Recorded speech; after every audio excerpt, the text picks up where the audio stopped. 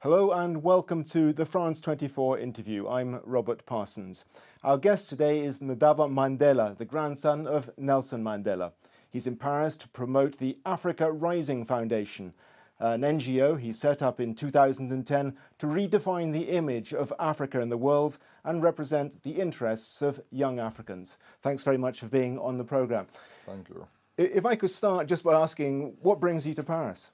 Well, as you have mentioned, we are running a foundation called the Africa Rising Foundation, which is really a foundation for youth development and trying to break down the misconceptions that exist on Africa. So I'm here to get our message across, raising awareness, and hopefully to form some partnerships with NGOs and other institutions, and hopefully raise some funding as well.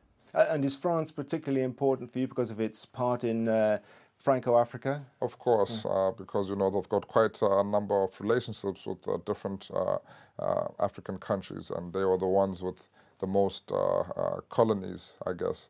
So they still have that relationship with a lot of African countries. When you set up Africa Rising, how much were you inspired by the life and work of your grandfather, Nelson Mandela? I mean, he's inspired me in many different ways, but the real thing that really inspired us was that, traveling to many different countries, we realized that people really have a limited knowledge on Africa. Yeah. And this was really the turning point. And we decided that we have to do something about this. And this is where the idea really sparked in 2009.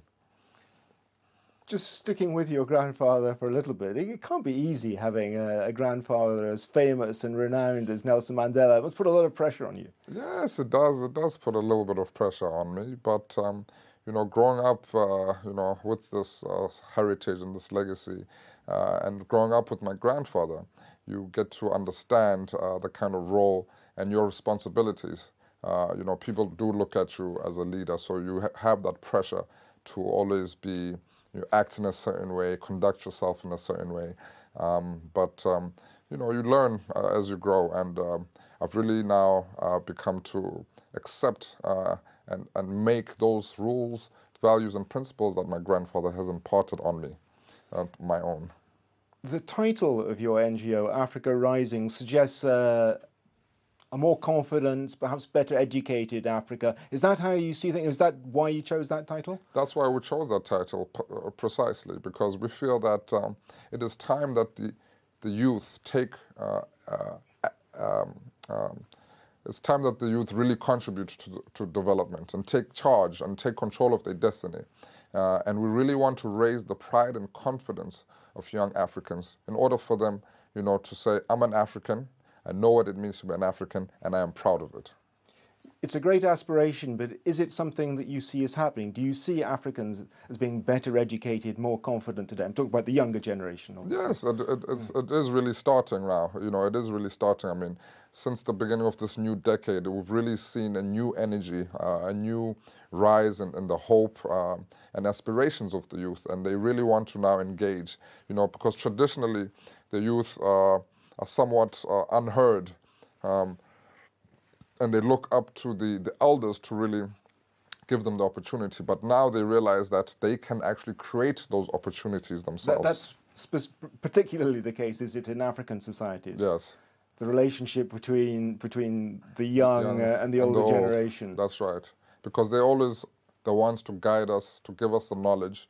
But I think because of certain leadership failure, I think we've seen that we cannot wait any longer. We have to take responsibility. We have to start contributing now. So too much respect, you think, to the older generations? Not too much respect. Give them the certain amount of respect. But I think we cannot just really wait any longer. We have to take responsibility now. Okay, so what's the way forward, do you think? The way forward, to be honest with you, is education. We have to really put importance in getting our people educated as much as possible. An education that is vested in African principles from an African view of positive development. Your grandfather has always emphasised the importance of education in South Africa. You know, since the ANC came to power back in 1994, it was one of the things that he really strongly emphasised. A lot of money has been put into education in South Africa, but big inequalities still remain. Why is that, do you think? I think they have not yet gotten the right system in place. I think so far it has been a little bit of trial and error, and I think we're learning, to move forward. But I have now, through the foundation and the partnerships that we have, really come up with a concrete program that we want to now start initiating in schools in the township and rural areas. So we want to really assist in government in achieving some of their goals. Are you discouraged by the relative lack of progress? I mean, relative to the amount of money that's been put into education in South Africa? I'm not discouraged because our work continues, and to be honest with you, I think that there could be more money invested in education, because if you compare the amount of money they've invested in education as far as infrastructure development, telecommunications development, the banking system, I think they can still put more investment in education. What about the importance of leadership from other young Africans? I'm thinking in particular of the ANC Youth League, the case of Julius Malema.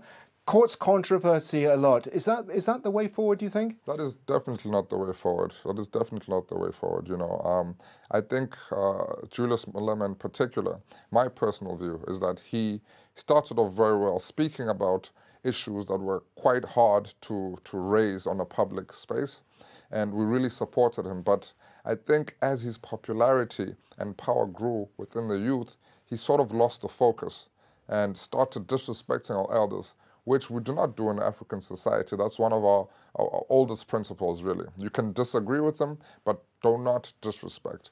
And, I think he has really lost the foresight of being a leader for the people and really looking after his own personal interest at this point. Do you see other young African leaders which young Africans could look to for guidance, for help, as role models? Yes, there are. There are quite a few out there.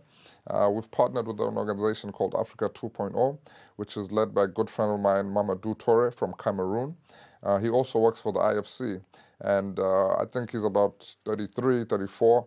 And so, he has also put together other young Africans who are contributing and really putting this debate at the forefront of how we can take responsibility and contribute to our development.